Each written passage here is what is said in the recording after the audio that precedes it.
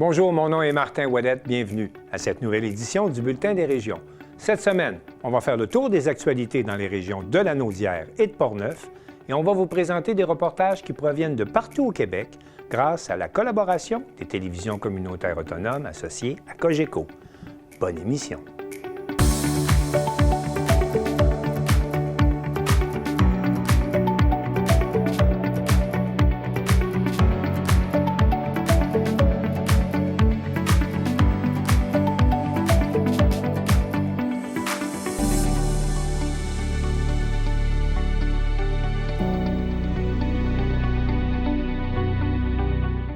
Au sommaire pour vous cette semaine, on fait le tour des actualités dans les régions de Portneuf et de Lanaudière en compagnie des journalistes Danick Julien et Ariel Gauthier. À cause abscale, la mairesse Odile Leroy réagit à une fausse rumeur propagée sur les réseaux sociaux. Après 12 ans d'absence, le train revient sur ses rails entre New Richmond et Port-Daniel. À Baie-Saint-Paul, la ville met en vente 2 mini-maisons au coût de 155 000 $. À Gaspé, les adultes autistes ont maintenant une résidence adaptée à leurs besoins. À Padoue, on inaugure non pas une ni deux, mais 3 nouvelles installations pour mieux desservir la population. À Thetford, le Salon des organismes invite les visiteurs à aller à la rencontre de la communauté. Et pour commencer cette émission, on va se rendre à Montmagny, où Gabrielle Brisebois a écrit l'histoire en devenant la première femme à être élue à la mairie. Michel Montminy de CEMA TV l'a rencontré pour discuter des défis qui l'attendent. Vous la reconnaissez? Bien là, il va falloir vous habituer à la voir régulièrement. J'espère chez nous, mais c'est la nouvelle mairesse, on dit désignée parce que tant que vous n'êtes pas assermentée, ce qui va se faire vendredi, on doit vous appeler mairesse désignée. Gabrielle Brisebois, bonjour. Bonjour, Michel. Comment ça va? Ça va bien. Fatigué? Oui, un peu fatigué. Ça a fini tard. Les résultats ont été dépouillés jusqu'à assez tard hier soir, mais on ne pouvait pas se coucher sans savoir. Hein? Ben non. Donc, on est resté jusqu'à la toute fin avec mon équipe, puis ça a été à notre satisfaction. Mais on a été très raisonnable dans le festoiement parce que tout le monde travaillait le lendemain matin, mais très satisfaite des résultats. C'est 2153 voix. 45,3 et vous avez remporté la victoire avec 350 voix de majorité sur votre plus proche adversaire, Pierre Bouffard. Oui. Depuis le mois de décembre, que vous avez annoncé vos intentions de vous lancer en politique municipale à la mairie, comment vous... C'est quoi votre expérience? Qu'est-ce que vous retenez principalement? Là, parce que ça fait quand même près de 9 mois là, que vous êtes, on peut le dire, vous êtes en campagne. Qu'est-ce que vous retenez principalement de cette campagne électorale? Bien, je retiens que les gens à Montmagny sont extrêmement fiers de leur ville, puis qui veulent que les gens de l'extérieur le sachent qu'on a une belle ville. Fait que je pense que ça va être un de mes mandats prioritaires dans les 4 prochaines années, de faire rayonner Montmagny à l'extérieur de Montmagny. Parce qu'entre nous, on est fiers, puis on le sait, mais on aimerait ça que les autres personnes aussi le sachent, puis c'est une des clés de l'attractivité.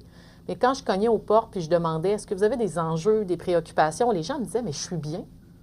J'ai rien à dire. J'ai rien à dire. J'ai pas de problème. J'ai pas de questions. Je sais qu'est-ce qui se passe. Je sais qui travaille dans les organismes, qui travaille dans les commerces. Je suis bien chez nous. Je suis bien chez nous, puis j'espère que notre ville elle va continuer à être belle comme ça puis qu'on va continuer à s'en occuper. » Donc, ça a été un peu mon moteur tout au long de la campagne d'entendre les gens chez eux, quand j'allais cogner à leur porte, me dire à quel point ils étaient fiers de leur ville, puis ils trouvaient qu'ils avaient une belle ville, puis ils espéraient que tout le monde le sache. Puis c'est un peu, c'est le leitmotiv que je vais avoir dans les prochains 4 ans. Donc, on va partager ça à toute la population du Québec, puis du monde entier, à quel point Montmagny, c'est une belle ville, parce que c'est le message que les gens m'ont transmis quand j'ai été cognée chez eux. Justement, vous avez fait beaucoup de porte-à-porte. Qu'est-ce que vous retenez principalement? Oui, les gens disent qu'ils sont bien chez eux, mais qu'est-ce qu'on vous a rapporté le plus souvent possible? J'aimerais ça, telle ou telle chose. Qu'est-ce que vous avez retenu de toutes les portes que vous avez, ou les gens que vous avez rencontrés? C'est quoi le point qui est peut-être le plus important pour la population? Il faut des jeunes à Montmagny. Il faut des jeunes, c'est revenu. Peu importe l'âge des gens à qui je parlais, Montmagny a besoin de jeunes, a besoin de familles. Oui, c'était parfois intégré dans l'importance du développement résidentiel ou dans l'importance de faire venir des nouveaux investisseurs, mais ça ramène toujours à la même chose. On a besoin d'attirer des familles, des jeunes, des employés qui sont encore dans le milieu du travail. Donc, on a besoin d'offrir des services, des lieux pour les loger. Puis, les investisseurs ont besoin de ces employés-là aussi pour pouvoir grandir, s'investir, venir s'établir. Donc, le point de balance de tous ces domaines-là, bien, c'est notre vitalité puis le fait qu'on a besoin d'attirer des jeunes à Montmagny. Puis, quand j'ai su que Colin Lavergne était élu, je me suis dit, c'est une belle tape dans le dos qu'on donne à notre jeunesse à Montmagny. 21 ans. À 21 ans, de dire à nos jeunes à Montmagny, regardez, nous, on vous fait confiance, puis on pense que vous devez avoir une voix au chapitre dans les décisions qui vont être prises parce que vous faites partie de ce qu'on est. Puis c'est un très beau message qu'on envoie à l'extérieur de Montmagny aussi, qu'on ait un représentant municipal comme ça qui va aller sur les différentes instances, qui a 21 ans, qui va savoir, j'en suis convaincue, tirer son épingle du jeu.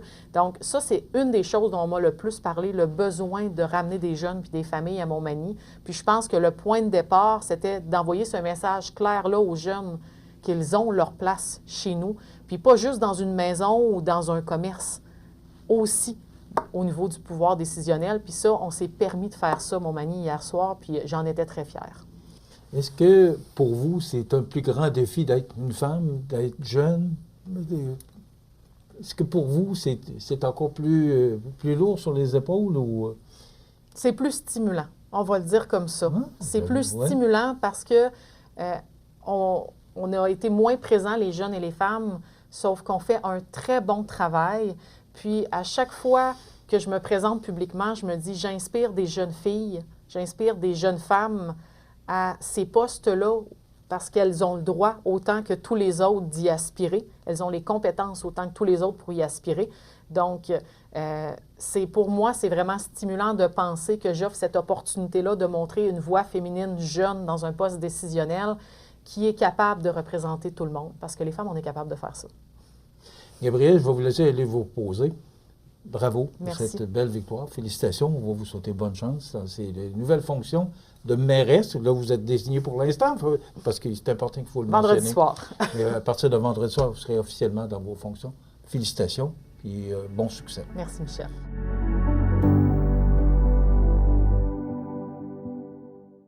Je m'entretiens maintenant avec Ariel Gauthier de CTB-TV et Danick Julien de CJSR. Monsieur, madame, bonjour. Bonjour. Bonjour. Bonjour. On va tout d'abord parler d'élections, bien sûr, élections municipales. Ça a brassé dans chacune de vos deux régions. Ariel Gauthier, votre station CTB-TV, là, on parle de la MRC d'Autrey. Pouvez-vous nous présenter un peu de quelle ville on parle quand on parle de la MRC d'Autrey? Puis aussi nous dire où il y a eu des luttes municipales là, aux élections. Où il y a eu des luttes aux élections. Oui, bien, je vous dirais qu'on est plus sur des petites municipalités que des villes. Là. On est dans l'est de la Naudière, un peu au nord. Fait que nous, on a quand même eu beaucoup de quelques petits villages là, qui sont un peu plus brassés. On parle de Saint-Mélanie, Sainte-Élisabeth, qu'on a eu des tutelles là, qui s'est retrouvées à cet endroit-là, des maires là, qui ont fait des conflits d'intérêts avec leurs entreprises personnelles. Fait que on le sait bien, là, c'est pas des maires qui sont revenus sur le terrain. Évidemment, ça a changé de ce côté-là. C'est une des 4 là, municipalités qu'on a eu un changement de maire. Sinon, à Mandeville aussi, le conseil a mis dehors, là, mis à la porte leur maire précédent. Et ça avait fait beaucoup jaser aussi parce que il y a un des membres des Hells Angels qui a présenté sa candidature. C'est chez vous, ça? OK. Oui, OK. C'est chez nous. C'est chez nous. On a fait parler de nous un petit peu. Tant mieux. Mais, donc, c'est pas le maire qui a été élu, là, malheureusement pour lui, là, peut-être heureusement un peu pour nous. Puis, on a eu... oui. On a l'impression que vous avez fait le ménage là, chez vous, d'après Oui, un petit peu quand même. Il y a 11... Puis aussi, vous me dites, il y a des nouvelles mairesses là, qui sont arrivées. Présentez-nous un peu là, le portrait là, de ceux qui ont été élus. On a 3 mairesses en tout là, qui sont élues sur les 15 municipalités. 2 d'entre elles là, qui sont revenues comme mairesses. Là, ils ont repris leur poste à Saint-Norbert et à Saint-Cléophas de Brandon. Et une des 4 nouvelles mairesses de notre MRC qui est arrivée à Saint-Ignace de Loyola. C'est là où peut-être il y en a certains qui vont connaître le traversier, ça va peut-être vous situer. Oui. Mais c'est son premier mandat là, dans ce poste-là. Là. Fait que ça va être intéressant de voir aller cette femme-là. Ça fait donc une des 3, puis c'est celle qui vient d'arriver, là, c'est une des 4 qui est réélue, une des 4 qui est pas réélue, mais qui est nouvelle maire. Là. On a 11 Oui. municipalités qui n'ont aucun changement, là, donc on reste un petit peu dans notre vie de village. Là. Oui, sauf les endroits là, où il y a eu des difficultés. On voit que les Ouais. équipes ont été renouvelées. Ariel, est-ce que le taux de participation était assez élevé dans votre région? C'est un 50-50. Là. On est plus sur un 35-40 certaines municipalités, OK. comme par exemple, là, comme je vous l'ai dit, nommé Mandeville, Sainte-Élisabeth, Sainte-Mélanie, où ça a été un peu plus, là, parce que là, on avait Ouais. des enjeux de changement. Fait qu'on est plus dans les 50 à 55 mais en règle générale, c'est un 35-40 là, dans la région. Allons voir maintenant du côté de la grande région de Portneuf avec Danick Julien. Danick, rebonjour Danick. Qu'est-ce qui était à surveiller comme municipalité dans votre région pour ces dernières élections municipales? La plupart des municipalités de la région de Portneuf étaient à surveiller. Martin, j'ai envie de dire des villes comme Pont-Rouge, comme Cap-Santé, comme Neuville, c'était toutes des villes à surveiller dans notre région. D'accord. Bon, vous le savez, hein, la région de Portneuf, c'est pas trop loin de Québec. Avec la municipalité la plus proche là, qui serait Lac-Sergent ou encore Neuville. Bon, pour les élections, on a eu un très grand changement et j'ai une statistique qui pourrait t'intéresser. Martin, savais-tu que dans les maires que nous avons eus, eh bien, c'est 70% de nouveaux maires que nous allons avoir dans la MRC de Portneuf. C'est presque un coup de balai. 30%. Donc, c'est un coup de balai qui a été donné là, à beaucoup d'administrations. Ça change beaucoup à Exactement. 70%. En fait, sur 18 municipalités, là, nous avons seulement 5 municipalités qui gardent leur maire. Donc, Saint-Raymond, Donnacona, Saint-Casimir, Portneuf, ça fait 4. Peut-être que j'en oublie une. Nous avons également... Oui, 13 autres municipalités où il y a des changements. Exactement. Il faut savoir, par contre, que pour la municipalité de Lac-Sergent, et ça, c'était étrange, les 2 personnes qui étaient candidats pour être maire se sont désistés. Donc, en ce moment, à Lac-Sergent, une municipalité là, qui est quand même dans les plus petites de la région de Portneuf, il n'y a pas de maire. Donc, c'est le maire sortant qui garde son poste jusqu'à temps qu'il y ait des élections partielles qui vont avoir lieu là, dans les 3 à 4 mois. Espérons qu'il trouve un candidat. Dites-moi, quand il y a beaucoup de luttes comme chez vous, d'ordinaire, le taux de participation aussi, ça se reflète là, sur le taux de participation? Eh bien là, j'ai fait le calcul. Le taux de participation global moyen est de 52,62 % lorsque je les ai tous mis ensemble. Ensuite, il faut dire qu'à Sainte-Turibe, il y avait eu un petit problème avec Élections Québec au départ. Ils avaient annoncé 100 % de participation. Évidemment, ça a laissé... quelques inquiétudes et lorsqu'on a vérifié, finalement, c'était 84,92 % à Sainte-Turibe, ce qui est quand même très élevé pour une municipalité d'environ 300 habitants. Eh bien, c'est à peu près tout le village qui s'est rendu aux urnes. J'aimerais aussi porter l'attention, on a vu les plans de drone tout à l'heure sur Saint-Raymond. Le conseil avait quand même, dans les dernières années, le problème d'avoir seulement des hommes sur le conseil municipal. Maintenant, c'est donc un conseil mixte, 3 femmes, 3 hommes. C'était donc dans la volonté du maire sortant, Claude Duplain, de renouveler son conseil. Donc, on retrouve plus de femmes à Saint-Raymond. On retrouve également plus de femmes du côté de la MRC d'Autrey. Plus tôt, dans le bulletin des régions, on a vu 2 reportages également où on rencontrait des mairesses. Là. Donc, on peut voir, souhaitons-le en tout cas, que les femmes prennent de plus en plus de place en politique municipale. Merci pour ce tour d'horizon.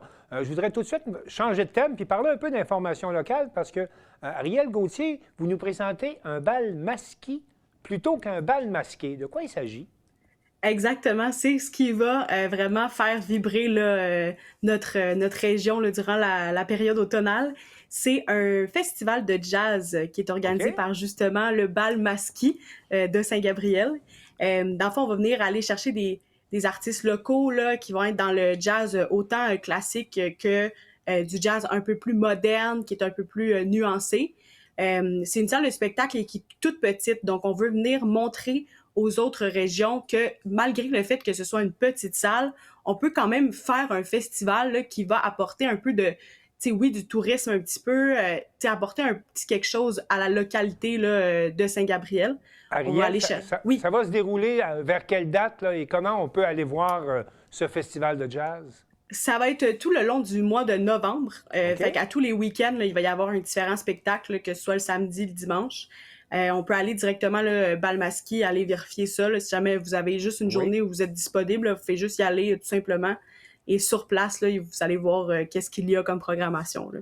Alors, Ariel, de votre côté, on sait clair que c'est une salle de spectacle, mais du côté de Saint-Léonard de Portneuf, d'Annick Julien, on ne sait pas encore qu'est-ce qui va arriver avec l'église. Pouvez-vous nous donner des détails là-dessus? L'église de Saint-Léonard de Portneuf, c'est l'église dont il est question en ce moment. C'est une église qui est citée patrimoniale. Et puis, on va le dire, pour Saint-Léonard, ça a été quand même un enjeu électoral, cette église-là. La paroisse qui la gère, donc la paroisse de la Fabrique Saint-Raymond du Nord, ont proposé à la municipalité la fameuse vente symbolique à 1 $. Puis, il y a quand même deux clans qui se sont formés à Saint-Léonard, ceux qui veulent faire de cette église-là un centre communautaire et les autres qui ont bien peur pour leur compte de taxes. Alors, mais ça s'est traduit, ça, en campagne électorale. Donc, il y avait un groupe pour et un groupe contre. Qu'est-ce que le résultat électoral a donné? Exactement. Eh bien, si on regarde là au niveau de la mairie, c'est le maire qui se disait un peu plus pour qui a été élu, donc M. Cédric Champagne. Pour les conseillers, ensuite, c'est un peu plus mixte au niveau des choix. Certains conseillers, quand même, ont exprimé dernièrement leur réticence au niveau des finances de l'Église. La grande question qui se pose, Martin, dans ce dossier-là, c'est est-ce que l'Église est encore bonne et durable pour longtemps ou est-ce qu'on va devoir faire des rénovations qui seront très coûteuses? Faut expliquer, il y a en ce moment un comité qui est en place qui cherche des subventions, mais ce comité-là aimerait bien être bipartenaire avec la ville de Saint-Léonard pour acheter l'église et de ce fait avoir le plus de subventions possible. Mais c'est donc ce qui inquiète, c'est le coût des travaux. Et en ce moment, dans le mois d'octobre, il y avait une firme qui s'occupait de l'inspection. L'inspection devrait avoir eu lieu, ou si ce n'est pas déjà fait, ça sera très bientôt, parce qu'on nous dit que lors du prochain conseil, il va y avoir des développements dans le dossier. Le conseil qui sera le lundi 17 novembre. Donc, le 17 novembre, il y aura des suites au dossier, mais dites-moi, là, ce dossier-là, ça fait quand même quelques années là, qu'il est discuté par chez vous. Est-ce que le diocèse a confirmé qu'il était prêt à céder l'Église à la municipalité? Oui, au départ, la réponse était au coût de $, on le fait pas. Sauf qu'on va le faire si il y a un projet qui est en place qui semble durable. Donc, en 2024, il y a le comité de requalification de l'Église qui s'est formé. Ont travaillé très fort pour justement rajouter une cuisine communautaire comme vous l'avez vu tout à l'heure. Cette cuisine-là, c'est grâce à Petit Québec. Ils sont allés chercher des subventions. Mais avec tous ces efforts-là qui ont été faits, maintenant, le diocèse est d'accord pour la vente à 1 $ de l'Église, mais il faut bien que la municipalité embarque dans le projet, et ça, c'est pas donné. Et c'est à suivre à compter de la mi-novembre prochain. Exact. Merci, Danick Julien. En terminant, je vais me tourner vers Ariel Gauthier. Ariel, vous voulez nous parler des Loups de Saint-Gabriel? Oui, c'est notre équipe locale à Saint-Gabriel là, qui est dans la Ligue de hockey senior élite. On a un changement d'équipe là, complètement, là, quasiment au complet. Là. On a vraiment comme la moitié des joueurs qui changent, beaucoup de relèves, là, des nouveaux joueurs qui arrivent. C'est un début de saison peut-être un peu plus difficile pour eux parce qu'on doit s'adapter évidemment à la nouvelle équipe. On a aussi un nouveau staff derrière le banc, là, donc nouveau coach, nouveau assistant coach aussi, donc ça peut apporter peut-être un peu plus de moments difficiles. Par contre, à partir du 7 décembre, le reste de la saison est à la maison pour nous, donc ça peut nous apporter un élément un peu plus rassurant là, d'avoir nos partisans qui sont derrière nous, et peut-être d'apporter plus de victoires et peut-être un peu meilleur pour notre équipe. Là. On ne fera pas trop de jeux de mots parce qu'on a changé de meute, là, on comprend, chez les loups. Mais dites-moi, Oui. la tanière des loups, c'est où? L'aréna, c'est où, l'aréna des loups? L'aréna, c'est vraiment directement en rentrant dans la ville de Saint-Gabriel, d'ailleurs, qui est en rénovation. Là, donc, on va avoir une toute nouvelle aréna pour les partisans là, dès qu'on revient à la maison. Alors, Ariel Gauthier, Danick Julien, merci à vous deux d'avoir fait le tour de vos actualités et surtout d'avoir fait le point sur les élections municipales. Je vous dis à bientôt et merci. Merci. Merci.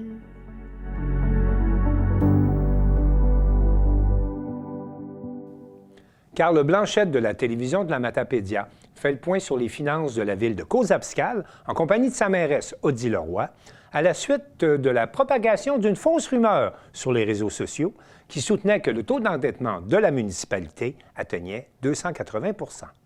Une publication sur les réseaux sociaux indiquant que la ville de Cauze-Abscale aurait un taux d'endettement de 280 % a vivement fait réagir les citoyens. J'ai décidé de venir rencontrer Mme Odile Roy, mairesse de Cauze-Abscale, afin d'en savoir plus sur le sujet. Merci beaucoup, Mme Roy, de me recevoir pour parler de cette publication sur les réseaux sociaux qui a quand même fait beaucoup réagir, qui dit que la ville de Cauze-Abscale serait très endettée. Premièrement, est-ce que vous avez vu cette publication-là? Comment vous avez appris la nouvelle? Comment j'ai appris la nouvelle? J'ai appris la nouvelle au marché Richelieu, à notre épicerie de Cauze-Abscale, par une citoyenne. « Hey, Odile, t'as-tu vu, là? Regarde, ça vient de passer dans la presse, etc. » Puis sur les réseaux sociaux. Oui, sur la page des anciens de Cauze-Abscale. Les anciens de Cauze-Abscale. Ça fait que là, je me suis dépêchée à sortir de l'épicerie pour m'asseoir dans mon auto puis regarder ça. Ouf, j'étais estomaquée. J'ai dit, mon Dieu, comment il a fait pour dire ça, lui? C'est quoi son affaire? C'est quoi les infos? Ça fait qu'aujourd'hui, Carl, on est ici ensemble pour jaser ça, puis donner de l'information à mes citoyens, à toute ma municipalité, puis aussi à la MRC, là. Puis là, donc, ces chiffres-là, c'est pas nécessairement, ça reflète pas nécessairement la réalité de ce que je peux comprendre. Vous avez fait vos recherches. En fait, la première chose que vous avez faite en revenant au bureau, après avoir vu ça, ça a été quoi? Ça a été quoi? C'est que j'ai contacté tout de suite notre firme comptable, qui est Mallette. Puis,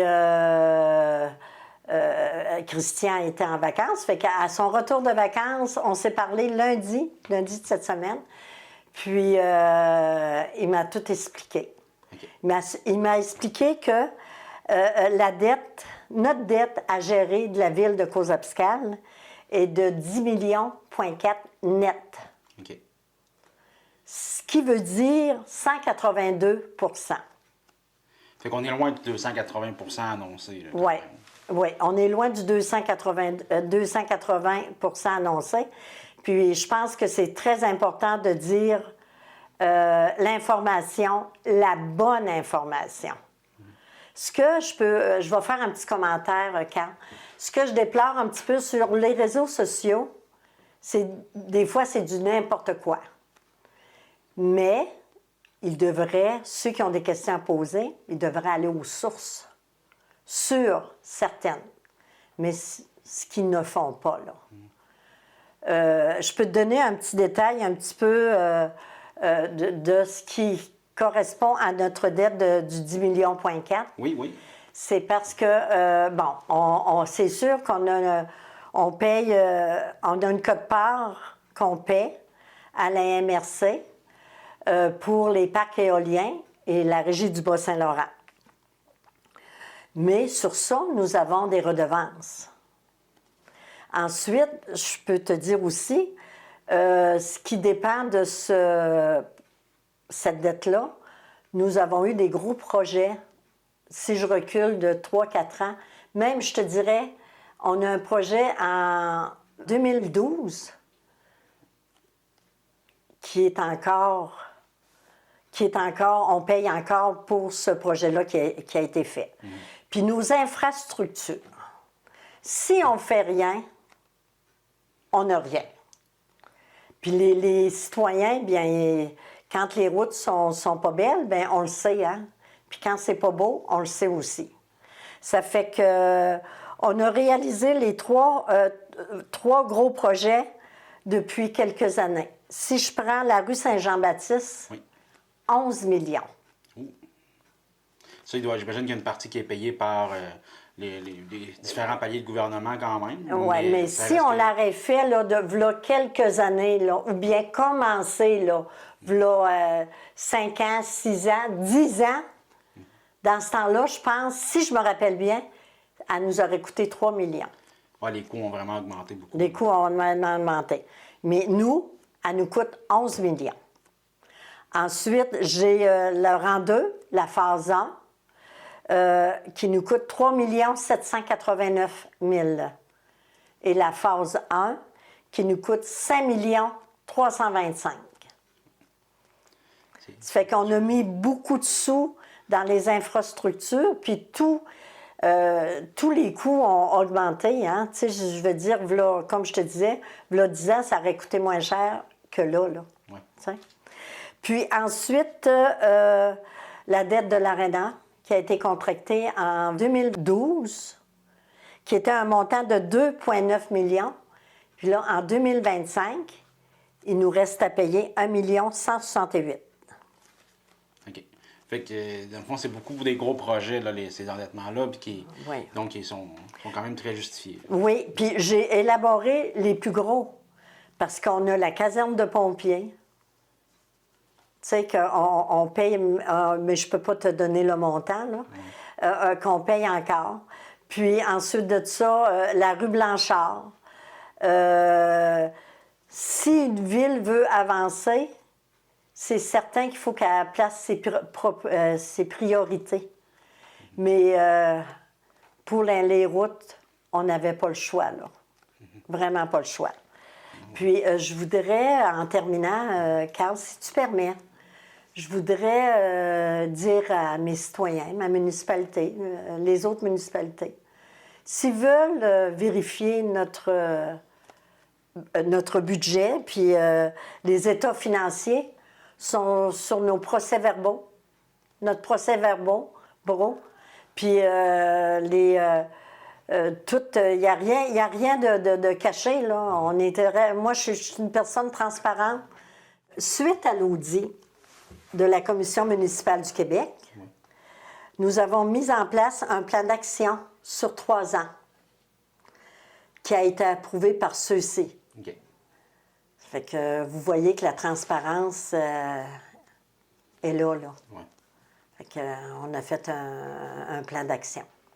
Puis, regarde, qui a le voir sur nos procès-verbaux, puis ils vont tout voir, là, lors des séances. Puis les séances sont publiques, puis ils sont enregistrés à la ville de Cours-Abscal. Ça fait qu'ils ont juste à aller voir avant de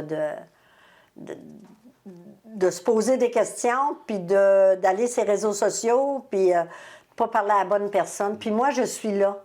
Je suis là pour mes citoyens de ma municipalité. S'ils ont des questions à poser, là, qui concernent la ville, là, c'est moi. Si je ne suis pas capable de répondre, faites-vous-en pas, je vais trouver la réponse. Je vais communiquer avec la personne ou la personne qui se doit va vous répondre. Merci beaucoup, Mme Roy. Ça m'a fait plaisir de te rencontrer, Carl. Je te souhaite une belle journée. Merci.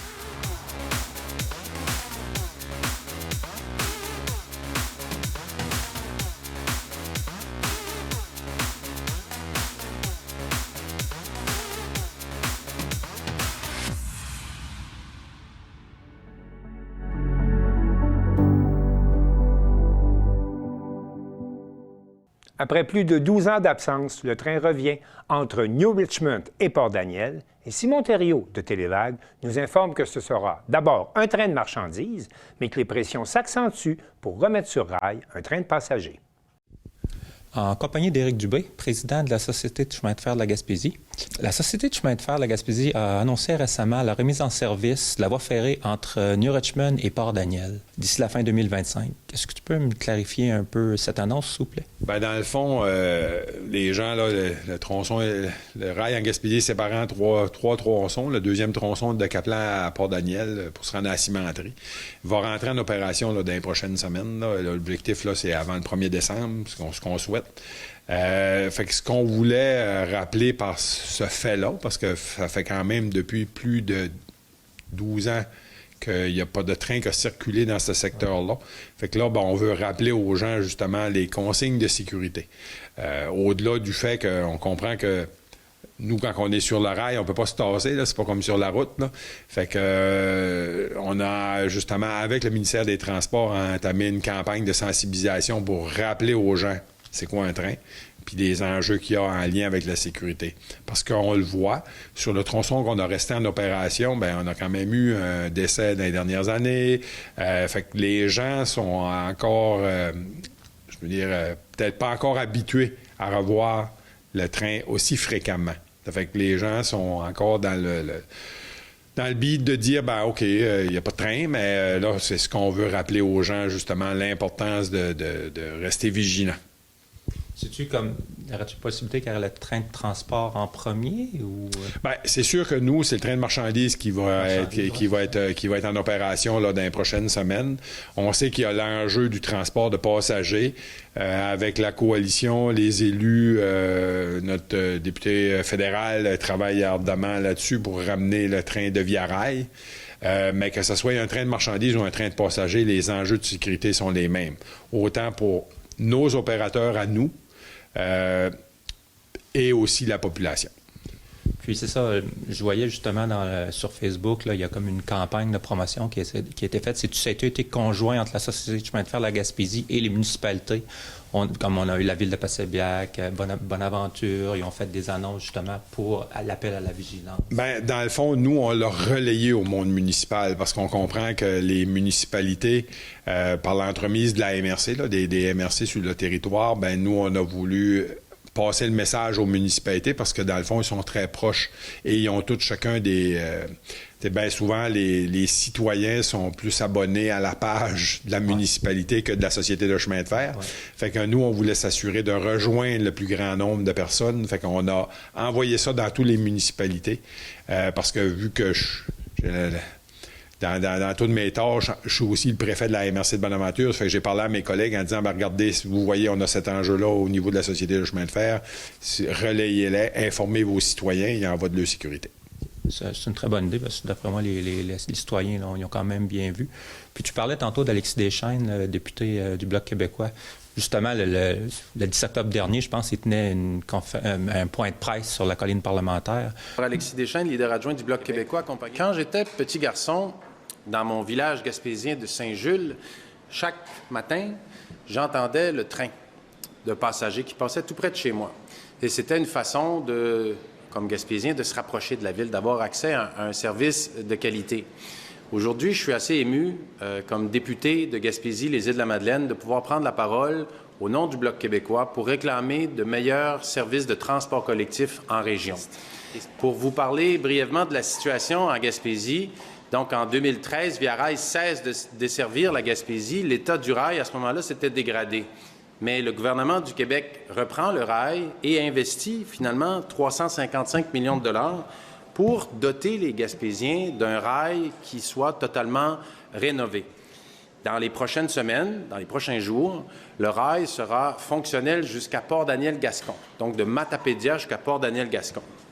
Et ça, c'est un investissement de 355 millions de dollars qui a été fait par les contribuables québécois.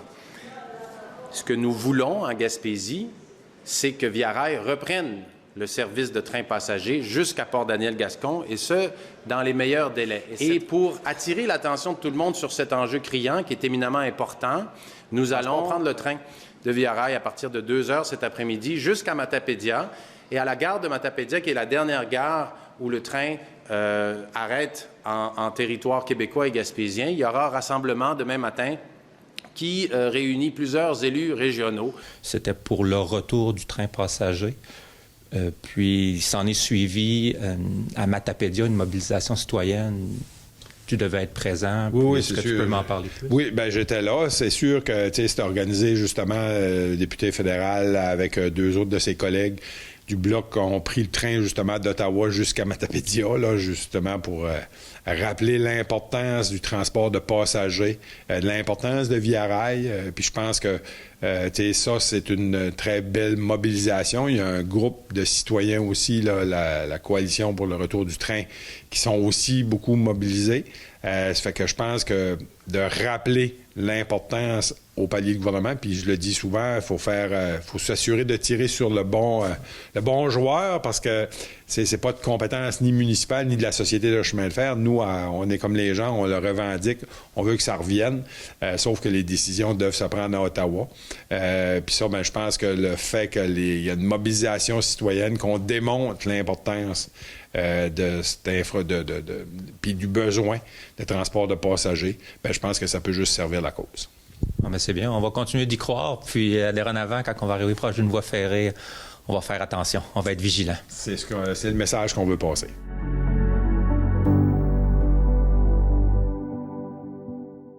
À Baie-Saint-Paul, c'est grâce à la collaboration entre la Ville et le Centre de formation professionnelle de Charlevoix que 2 mini-maisons situées au centre-ville sont mises en vente au coût de 155 000 $.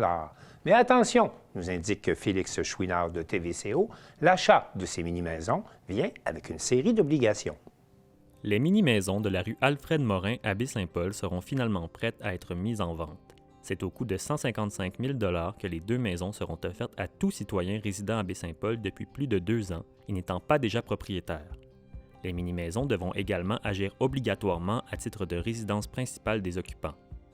3 autres mini-maisons devraient d'ailleurs être livrées prochainement pour une mise en vente ultérieure. La Ville de Baie-Saint-Paul prendra les candidatures à compter du 2 novembre et pour le mois à venir. Elle devrait ensuite procéder par tirage au sort pour attribuer les maisons ainsi que les terrains à 2 candidatures d'achat admissibles et préapprouvées. Des visites seront également organisées le jeudi 6 novembre de 15h à 20h et le samedi 8 novembre de 9h à 15h pour permettre aux éventuels intéressés de prendre connaissance des lieux. On espère avoir quand même plusieurs personnes qui vont venir visiter les 2 mini-maisons qui sont lancées au coût de 155 000 $. La Ville ne fait pas de profit avec ces 2 mini-maisons. On se rappellera que c'est un partenariat avec le réseau de l'éducation. Des jeunes qui sont en charpenterie-menuiserie qui ont pu acquérir des connaissances de par leur programme de formation et également développer des compétences, donc d'être en mesure de travailler 2 mini-maisons comme celle-là. Il y en a 3 autres qui vont arriver également dans les prochaines semaines, là, qui devraient arriver en novembre 2025 ou début décembre prochain, donc c'est quand même très intéressant. Est-ce qu'il y en aura d'autres dans le futur? Qui sait-on jamais, peut-être. Donc, c'est des choses qu'on est en train de regarder, mais pour l'instant, 5 mini-maisons qui seront disponibles prochainement. Pour la Ville de Baie-Saint-Paul, cette mesure favorise l'accès à la propriété sur son territoire, notamment pour ces jeunes résidents à la recherche d'un premier achat. Il y a plusieurs jeunes qui sont chez leurs parents, qui amassent des sous, qui se disent « Ah, bien, c'est difficile d'acquérir une propriété. » Donc là, je crois que c'est quand même pas quelque chose qui se vend 400 000 $. Des gens qui sont en logement depuis plusieurs années, qui veulent être officiellement propriétaires de leur résidence. Bien, c'est des opportunités. C'est en plein cœur de Baie-Saint-Paul. On est tout près du centre hospitalier, près de l'aréna, près des établissements scolaires. Donc, je crois que c'est quand même des terrains là, qui ont quand même une belle valeur et d'être au cœur de Baie-Saint-Paul, je crois que ça n'a tout simplement pas de prix. Les mini-maisons seront également soumises à un droit de rachat de la Ville pour une période de 10 ans suivant la vente. Il s'agit pour le maire pilote d'une manière de prévenir la spéculation autour de ces initiatives. Je vous dirais que c'est quand même tout un enjeu légal. Il y a eu des avis juridiques à ce niveau-là et on trace présentement, on sort des sentiers battus. Ça, je crois que c'est intéressant de le mentionner. On y va vraiment dans l'innovation. Donc, on est allé avec un 10 ans. Est-ce que ça aurait pu être plus? Oui, mais comme je vous dis, on est allé en fonction de certains avis juridiques. Ça aurait pu être moins. On voulait avoir également un consensus auprès des élus. Ça fut des discussions qui se sont échelonnées sur plusieurs semaines. On est bien heureux là, d'être arrivé à ce consensus qui nous permet aujourd'hui de lancer officiellement la vente des 2 mini-maisons. D'autres projets semblables sont actuellement évalués par la Ville afin de mettre à profit les terrains qu'elle détient. Comme je le mentionnais, 2 mini-maisons qui sont disponibles dès maintenant. Il y en aura 3 autres qui vont arriver au courant des prochaines semaines. Et on est à regarder d'autres possibilités là, pour le futur.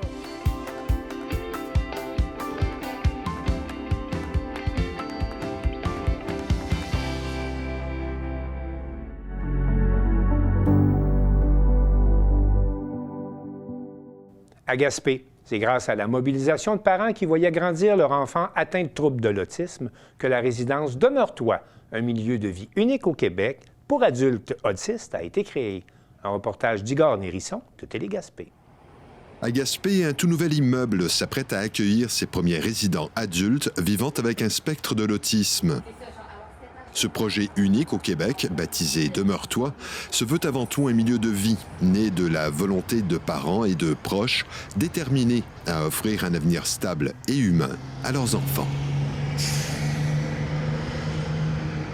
Demeure-toi a été créé par des parents qui avaient un besoin en lien avec qui voyaient leurs enfants grandir, devenir des adultes, et on voit qu'il y a de moins en moins de services quand les personnes TSA grandissent. Alors, c'est vraiment des parents qui se sont concertés, qui ont décidé de créer un CA en 2019, de vraiment mettre tout ça en place pour pouvoir soutenir les adultes avec un trouble du spectre de l'autisme, mais oui, les leurs, mais aussi tous eux de la région. Aussi parce qu'on en a de plus en plus et c'est quand même un besoin qu'on manque de ressources aussi pour ces adultes-là. Mais la mission de l'organisme va bien au-delà du simple logement. Bien, je dirais que la mission, c'est vraiment d'offrir un milieu de vie sécuritaire, adapté avec des intervenants, des interventions qui vont permettre de cheminer ces adultes-là, de cheminer vers leur plein potentiel. Alors, on dirait grosso modo, ça serait vraiment ça la mission principale. L'immeuble comprend 12 logements, dont un réservé à une personne accompagnatrice. Chaque résident pourra y vivre de manière autonome. Dans ce cadre, les locataires pourront compter sur les services de personnel spécialisé qui les aideront dans leur cheminement. Mais en fait, on a une éducatrice spécialisée là, qui est ici du lundi au vendredi, qui va vraiment là, s'occuper là, des plans d'intervention, de tout en fait ce qu'on veut, ce que la personne veut mettre en place, hein, parce que c'est le locataire qui va décider de son plan d'intervention, bien sûr, qu'est-ce que lui a envie d'améliorer, qu'est-ce qu'il a envie d'aller chercher.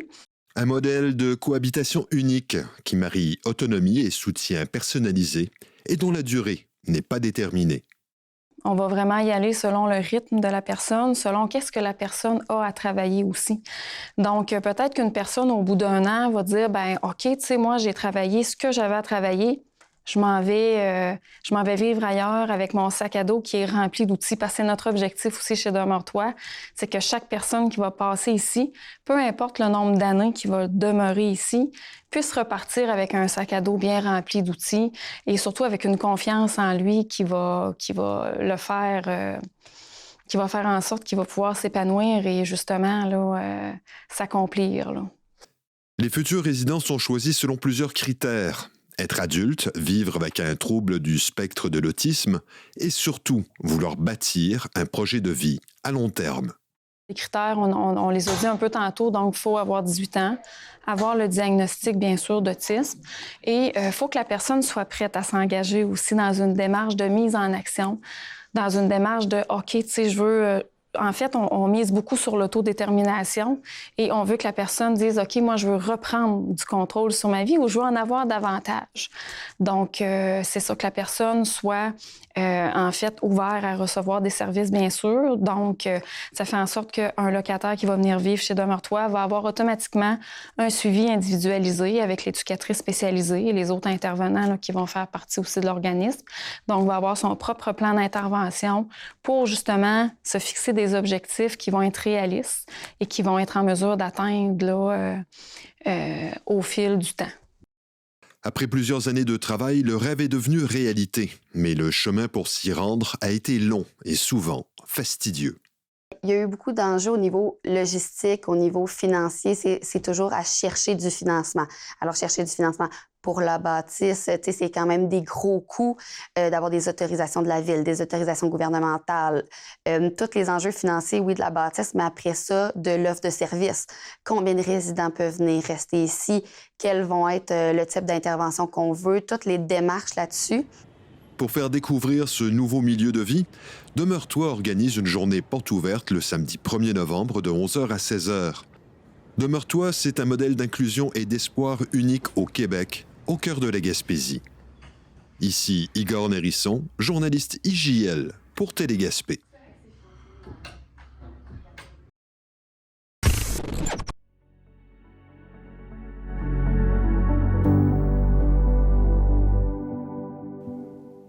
C'est suite aux consultations menées auprès de ses citoyens que la municipalité de Padoue a procédé à l'ouverture d'un centre d'entraînement, à la remise à neuf des jeux à proximité de son école et à l'aménagement d'un parc nourricier peuplé d'arbres à fruits. Marc Després, de la télévision de la Métisse.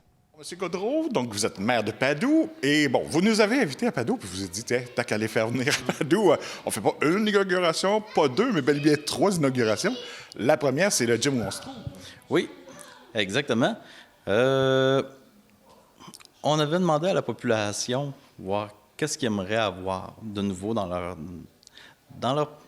leur village. Le gym a sorti à plusieurs fois.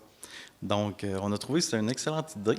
Donc, pour certaines personnes, des fois, se déplacer, aller à Montjoly, au travers du monde qu'ils connaissent moins.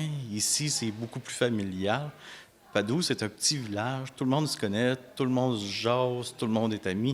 Donc, de se retrouver ici en même temps, en plus de faire leur exercice, ils font leur social. Donc, on a trouvé ça une excellente idée.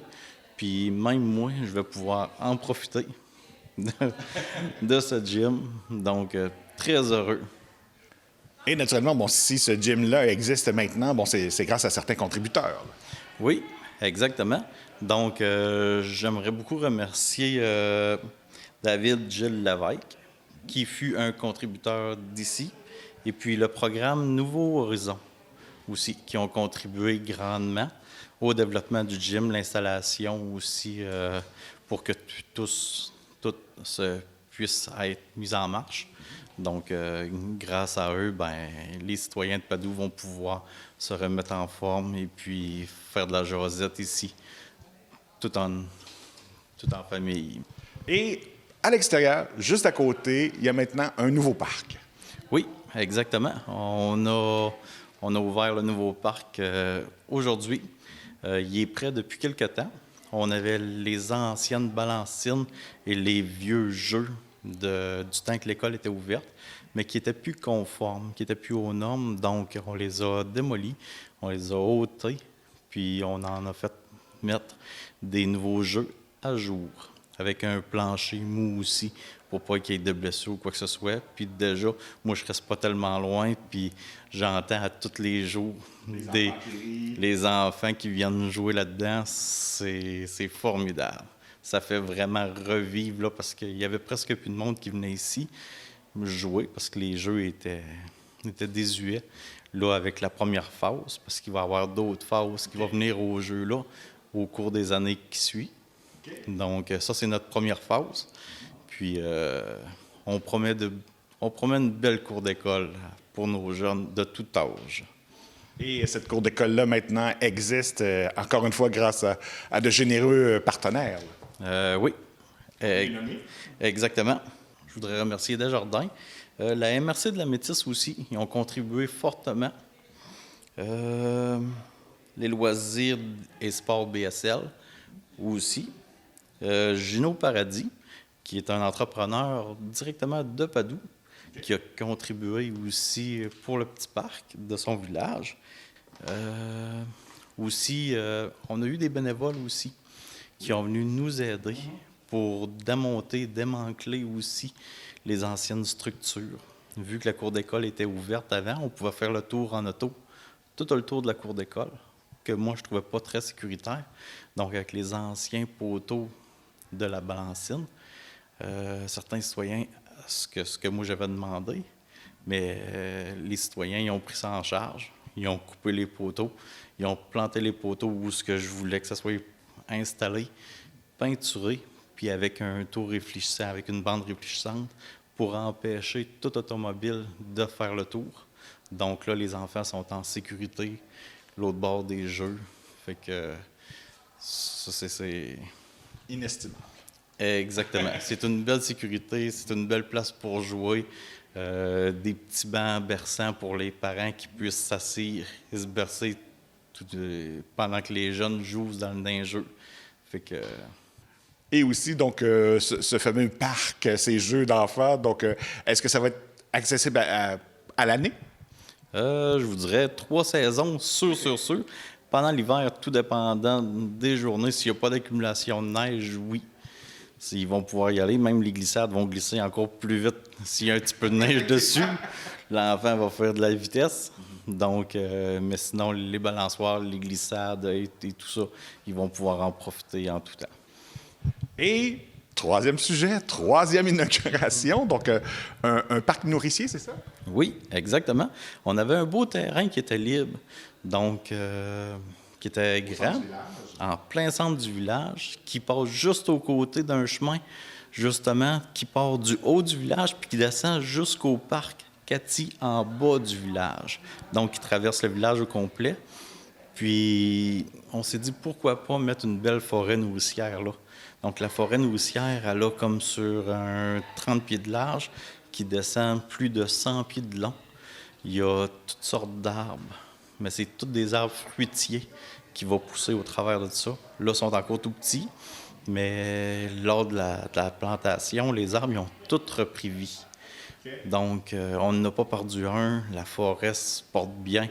Donc, là, on va l'entretenir, puis les laisser grandir jusqu'à temps qu'ils soient adultes. Puis, on va pouvoir, les plus jeunes vont pouvoir cueillir des fruits, les plus vieux aussi, parce qu'il va y avoir des pommiers, il y a une multitude d'arbres à fruits.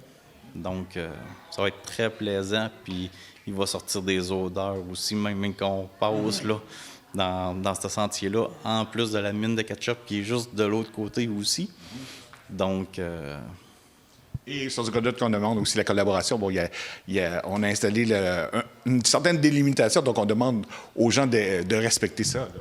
Oui, exactement. On a mis une petite clôture justement pour l'Halloween à Padoue, pour pas que le monde traverse de l'autre côté, pour pas briser les petits arbres aussi, puis aussi pour délimiter aussi pour la neige aussi. Puis si on a à ouvrir le chemin, ben au moins, on va savoir où s'arrêter, puis les passants aussi. Donc, c'est une protection autant pour notre forêt que pour les citoyens aussi. Et il faut dire encore une fois, donc des gens généreux ont contribué à ce projet-là aussi. Là. Exactement, oui. Je dois remercier aussi certaines personnes. Il y a l'Alliance de la MRC aussi qui ont fourni. J'ai aussi le Cosmos qui nous ont aidés. Marie-Claude Hamel, Simon Cadieux qui fait partie d'un aidant. Et puis André Doyer. Toutes ces personnes-là, on met du temps, on met des sous. Puis c'est grâce à eux aujourd'hui que la paroisse va pouvoir profiter de ces 3 belles inaugurations qu'on vit aujourd'hui. Donc, un gros merci à tout le monde qui nous ont aidés.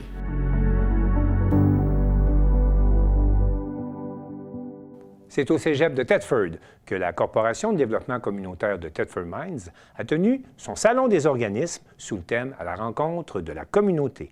Pas moins d'une 50aine d'organisations étaient sur place pour présenter leurs services, nous rapporte Guy Jacques de la télévision de la région des Appalaches.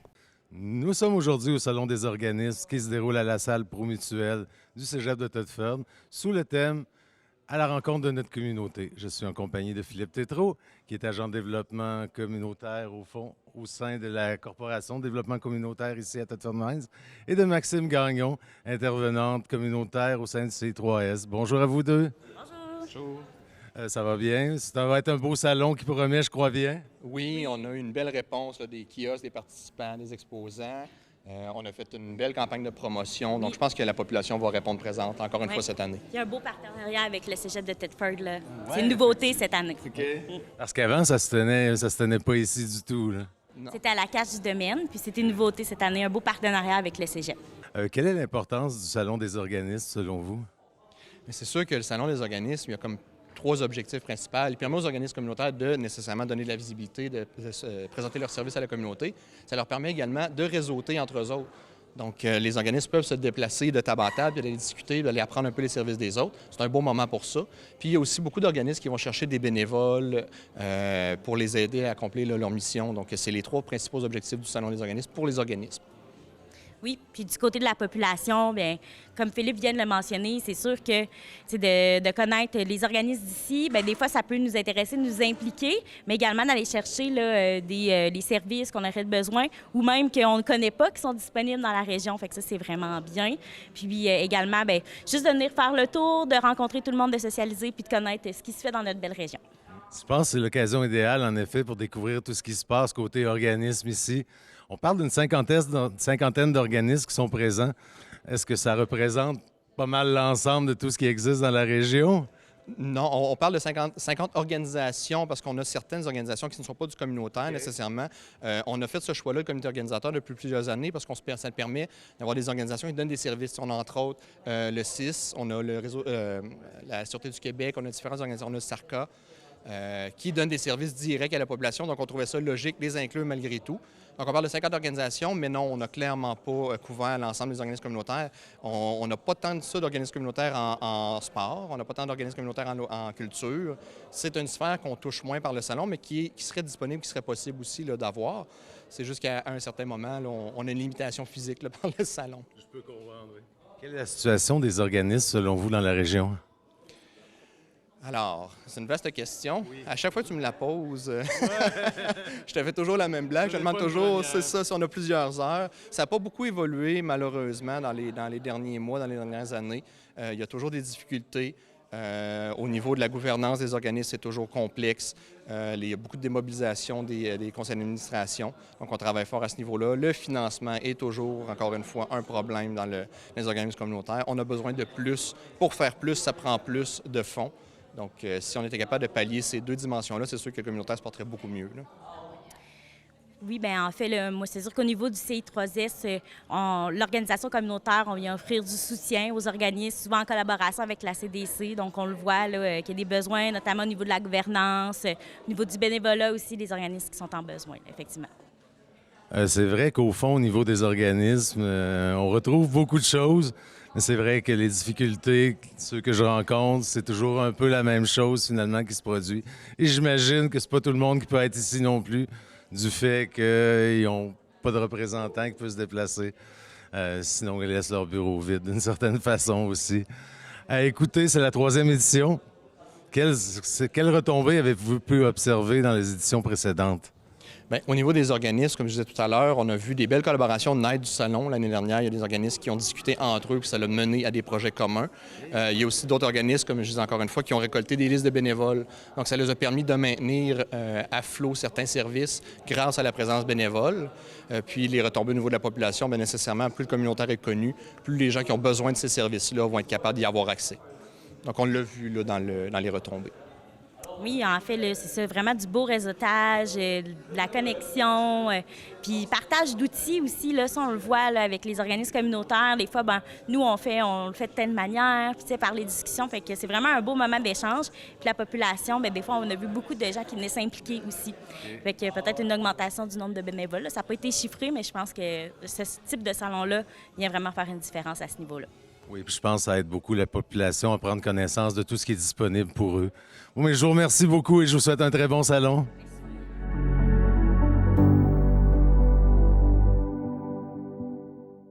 C'est tout pour le bulletin des régions cette semaine. J'espère que cela vous a plu. Je remercie toutes les stations de télévision participantes et je vous dis à bientôt.